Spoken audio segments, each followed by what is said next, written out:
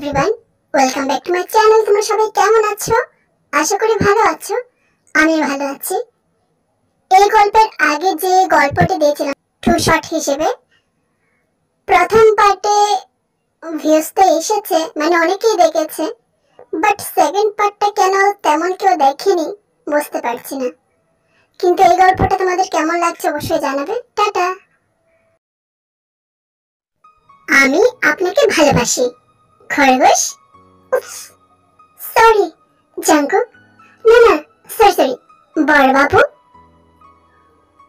কথাটা বলেইতে লজ্জা মাখা হাসি দিল একটা, আর জাঙ্কুক রেগে তের দিকে চেয়ে আছে। জাঙ্কুক তাকে বুঝিয়ে আর পারছেই না। তাকে বুঝিয়ে উঠতে না পারায় জাঙ্কুক নিজের উপর হতাশ বোধ করছে। মনে মনে রেগে থাকলে মুখে সেটা প্রকাশ না করে বলল, তোমার মাথা ঠিক আছে? কি আবল তাবল কথা বলেই যাচ্ছ? আর আমি কতবার বলবো, প্লিজ এসব করো না, একটু বোঝবার চেষ্টা করো, এসব ঠিক না। তে তো ইনোসেন্ট ফেস করে প্রশ্নই করলো, কেন এসব ঠিক নয় কেন?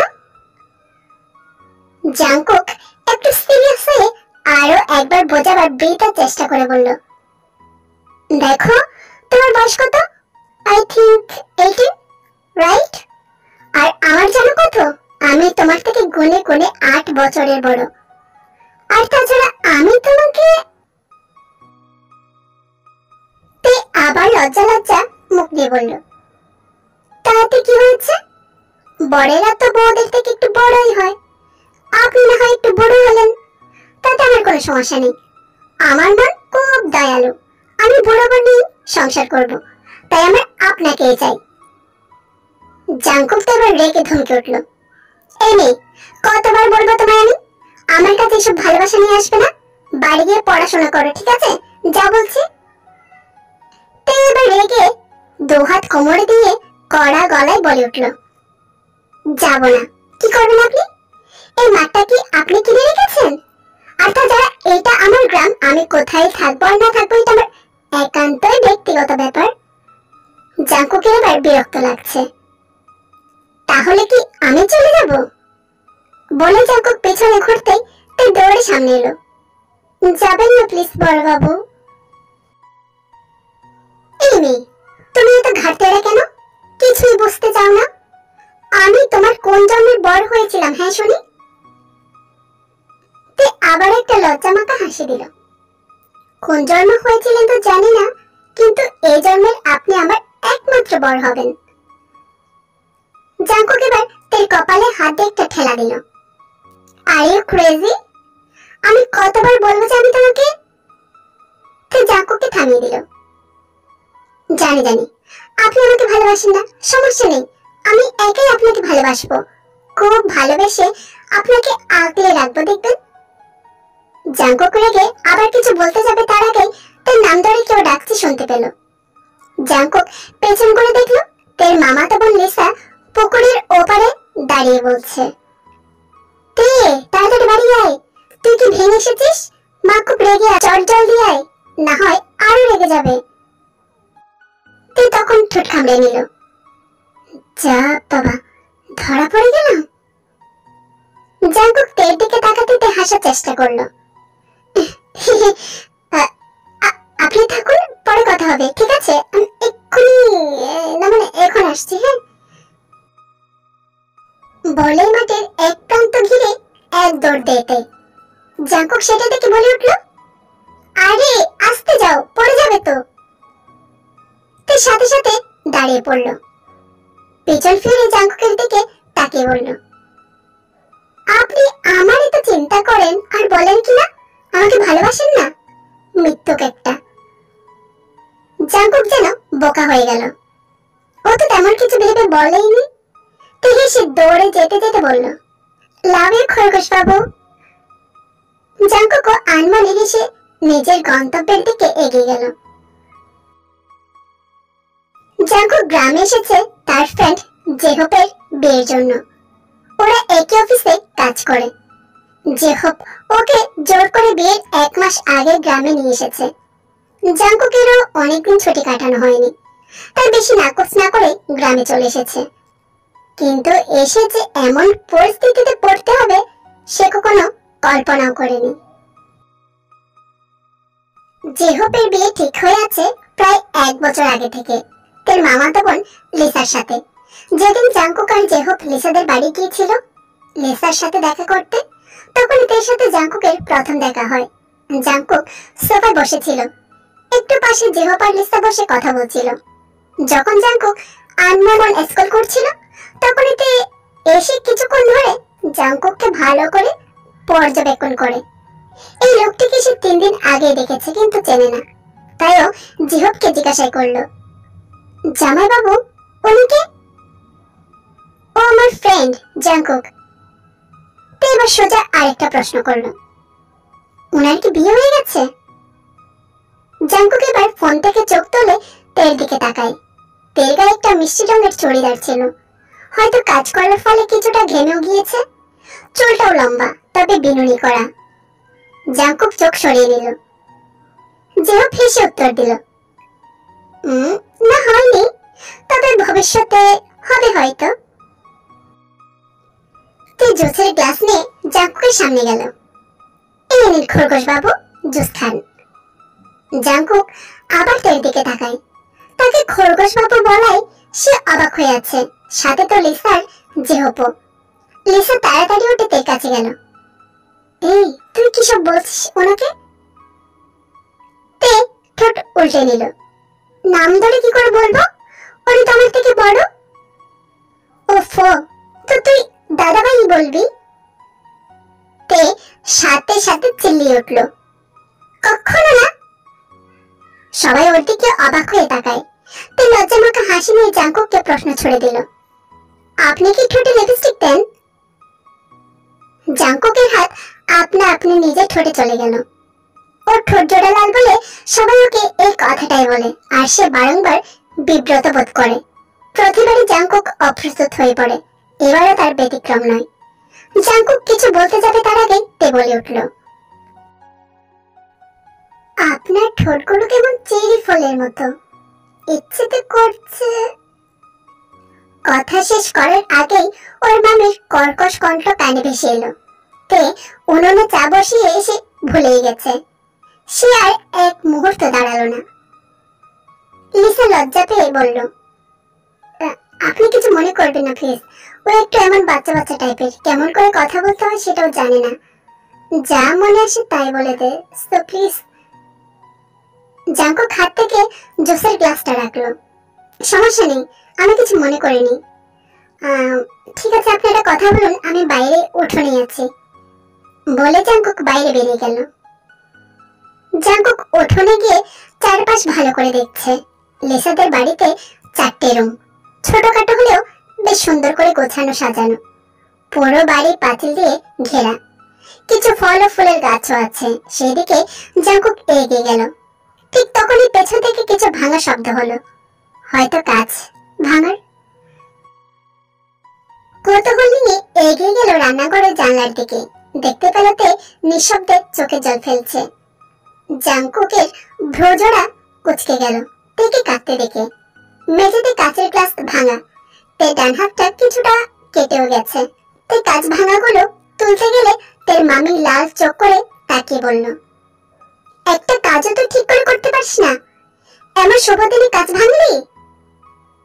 তে তবুও কাজগুলো তুলতে তুলতে বলল, আমি ইচ্ছে করে কি গ্লাসটা ভেঙেছি, তাই যে আমাকে এত কথা শোনাচ্ছ? তের মামি আরো রেগে গেল তের কথায়। তোর এই মুখের উপর কথা বলার জন্য আমি দেখিস একদিন তোকে খুব মারবতে।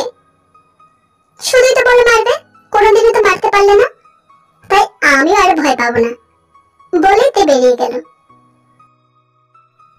তের মামি চুপ করে গেল। তে ছোট থেকে ওনার কাছে মানুষ, একটু বেশি চঞ্চল আর দুষ্ট বলে উনি ধমকে ধমকে রাখেন, কিন্তু তেকে গোপনে খুব ভালোবাসেন। তাই আবার একটু উঁচু গলায় চেঁচিয়ে বলল, মলম লাগিয়ে নে হতচ্ছাড়ি। জাংকুক বাগানের দিকে এগিয়ে গেল। মনটা হঠাৎ একটু খারাপ লাগছে তের কান্নামাখা মুখটা দেখে। হঠাৎ তে জাংকুকের পেছনে এসে দাঁড়িয়ে বলল, এইখানে কি করছেন খরগোশ বাবু? জাঙ্কুক পেছন করে দেখলো তুই কিছু পাতা নিয়ে কাটা জায়গায় দিচ্ছে, কিন্তু খরগোশ বাবুর ডাকায় আবারও জাঙ্কুক খেপে গেল। তোমার থেকে আমি বড় অনেকটাই, তাই এইসব উদ্ভট কিছু না ডেকে দাদাভাই ডাকতে পারো। মুখ ছোটাতে বলল। সবাই যদি দাদা হয় উনিটা হবে কি শুনি? উনি মানে? তা একাল হেসে দিল। লিসাদের সাথে আমারও যদি বিয়ে হয়ে যায় কেমন হয় বলেন তো? আপনাকে না আমার হেব্বি লেগেছে। আই থিংক এটাকে লাভ এট ফার্স্ট সাইট বলে, তাই না? জাঙ্কুক তো চোখ বড় বড় করে নিল। হোয়াট? কিসব বলছো তুমি? এখানে ভালোবাসা এলো কোথা থেকে? এই তো জাস্ট 5 মিনিট আগে আমাকে দেখেছো। So what? I just love you. সেই দিনতে জাঙ্কুককে সরাসরি বিয়ের প্রস্তাব দেওয়ায় জাঙ্কুক ড্যাব ড্যাব চোখে কিছুক্ষণ তাকিয়ে থেকেও কোনো উত্তর না দিতে পেরে সে দ্রুত পায়ে ফিরে এসেছিল জিহবকে একা রেখে। তারপর থেকে তুই জাঙ্কুককে জ্বালিয়ে খাচ্ছে ভালোবাসে আর বিয়ের কথা বলে। জাঙ্কুক প্রথমে মজা ভেবে এতটাও সিরিয়াস হয়নি, কিন্তু দিন দিন তার পাগলামি বেড়েই যাচ্ছে তার প্রতি। জাঙ্কুক গ্রামে কারোর সাথে কথা বললেই সন্দেহান চোখে তে তাকিয়ে থেকে জাঙ্কুককে একা পেলেই হুমকি দেয় যে একবার বিয়ে হয়ে যাক, আপনাকে কোনো মেয়ের ছায়াও গায়ে পড়তে দেব না, এই আমি বলে দিলাম। মাঝে মাঝে জাঙ্কুকের মন তো গলে যায়, আবার কি যেন হয়ে যায়। একবার ভাবে সে তাকে নিয়ে ভাবলে মন্দ হয় না, আবার নিজের মনকে জোর দিয়ে চুপ করিয়ে দেয়। এইসব ভাবতে ভাবতে জেহবদের বাড়ির কাছে চলে এসেছে, কিন্তু বাড়ির ভিতরে যেতে মন চাইছে না। বাইরে কোনো একটু একটু দিনের আলো আছে, বাইরে একটা বসার জায়গা আছে, সেখানে গিয়ে বসলো জাঙ্কুক। হাজার জল্পনা করতে করতে কিছুক্ষণ সময় কেটে গেছে। জিহব পাশে এসে বসলো। কি রে জাঙ্কুক, তুই একা একা কোথায় যেন গিয়েছিলি, চলে এলি যে? আরে গিয়েছিলাম ওই পুকুর পাড়ে, তবে আজও সেই একই রকম হয়ে ফিরে আসলাম। জিহব হেসে ফেলল। মেয়েটা তো ভালোই, তাহলে তুই রাজি হচ্ছিস না কেন? তুই পাগল হয়েছিস?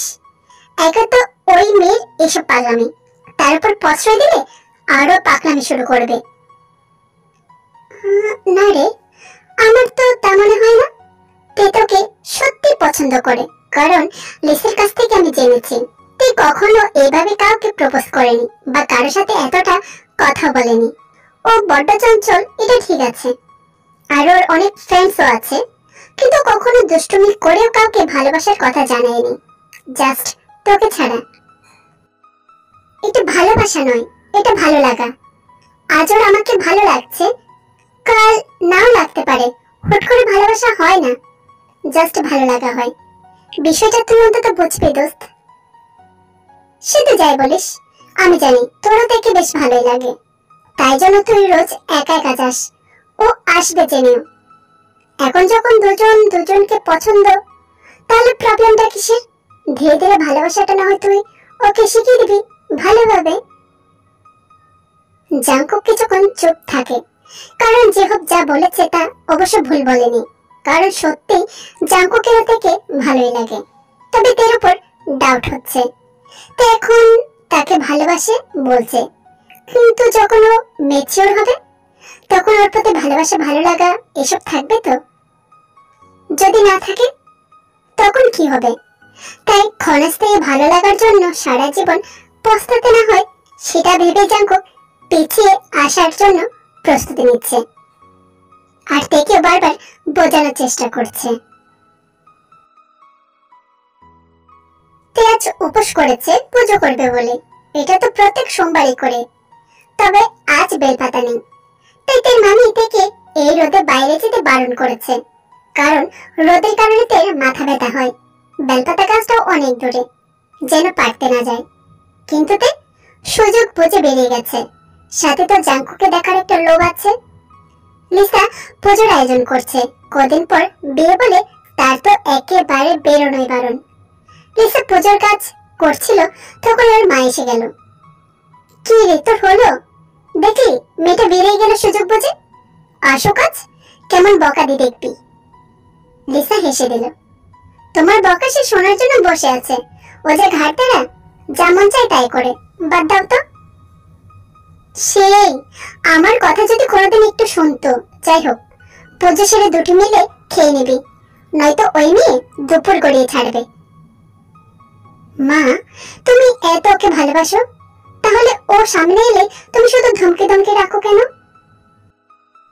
যে অসভ্য মেয়ে অস্ত্র দিলে তো মাথার ওপর উঠে নাচবে, তাও কি একটু ধমকিয়ে রাখতে হয়। আর এবার দেখ, আমার কত চাপ বেড়ে গেল, তুইও চলে যাবি, ওই মেয়ে আমাকে জ্বালিয়ে খাবে। মা, তুইও যখন কিছুদিন পর চলে যাবি তখন কি করবে? লিসার মায়ের বুক ভারী হয়ে গেল। বড় মেয়ে যে চলে যাবে সেটা নিয়ে তো মন শক্ত করে নিয়েছিল, কিন্তু তেও যে চলে যাবে সে কথা তো ভাবেইনি। তোকে দৌড়ে দিচ্ছে, কিন্তু তেকে এই গ্রামে রাখবো দেখবি, বলে তিনি চলে গেলেন। লিসা কাজ করতে করতে ভাবছে, তে যে মন দিয়ে ফেলেছে একজনকে, আর এটা যে পাগলামি না সেটা এতদিনে লিসা বুঝে গেছে। কিন্তু তার মা রাজি না হলে এই জেদিতে এটা যে কি করবে কে জানে। তে একটা বড় লাঠি নিয়ে বেল গাছে ঝাপটা মারছে পাতা নেওয়ার জন্য।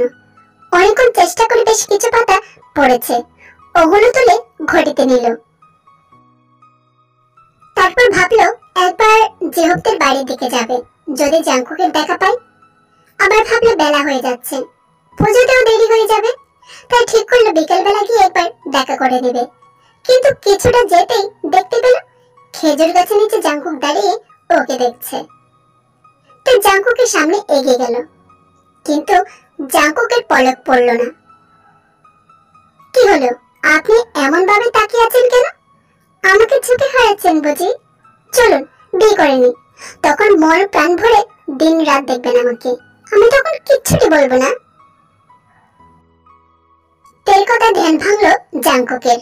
আসলে থেকে ভেজা চুলে আলতারাঙ্গা পায়ে হালকা লাল সাদা শাড়িতে দেখে নিজেকে হারিয়ে ফেলেছিল, কিন্তু ধরা যে পড়ে যাবে বুঝতে পারেনি। জাঙ্কুক গলা পরিষ্কার করে বলল, এই রোদ্দুর এখানে কি করছো? তাই ঘটি থেকে পাতাগুলো তুলে দেখিয়ে বলল, বেল পাতা নিতে এসেছিলাম, পুজো করব, যেন আপনাকে কোনো দ্বিধা ছাড়াই পেয়ে যাই। ভালোবাসি তো, তাই এত চিন্তা হয়। শুনুন, আপনার চোখ দেখে কেমন যেন নেশা করছেন মনে হচ্ছে, তবে গন্ধ তো আসছে না। শুনুন, আমি এইসব পছন্দ করি না, ওইসবে হাতও দেবেন না, যদি দেন তো ওই হাত আমি কেটে ফেলবো। জাঙ্কুক তাজ্জব ভাবে তের দিকে তাকিয়ে থাকলো। সে প্রপোজাল অ্যাকসেপ্টই করেনি, তার আগে তাকে এত হুমকি দিচ্ছে এই মেয়েটা। এই মেয়ে, তোমার কথা শুনতে আমি বাধ্য নই। তে এবার বেশ চোখ পাকিয়ে বলল,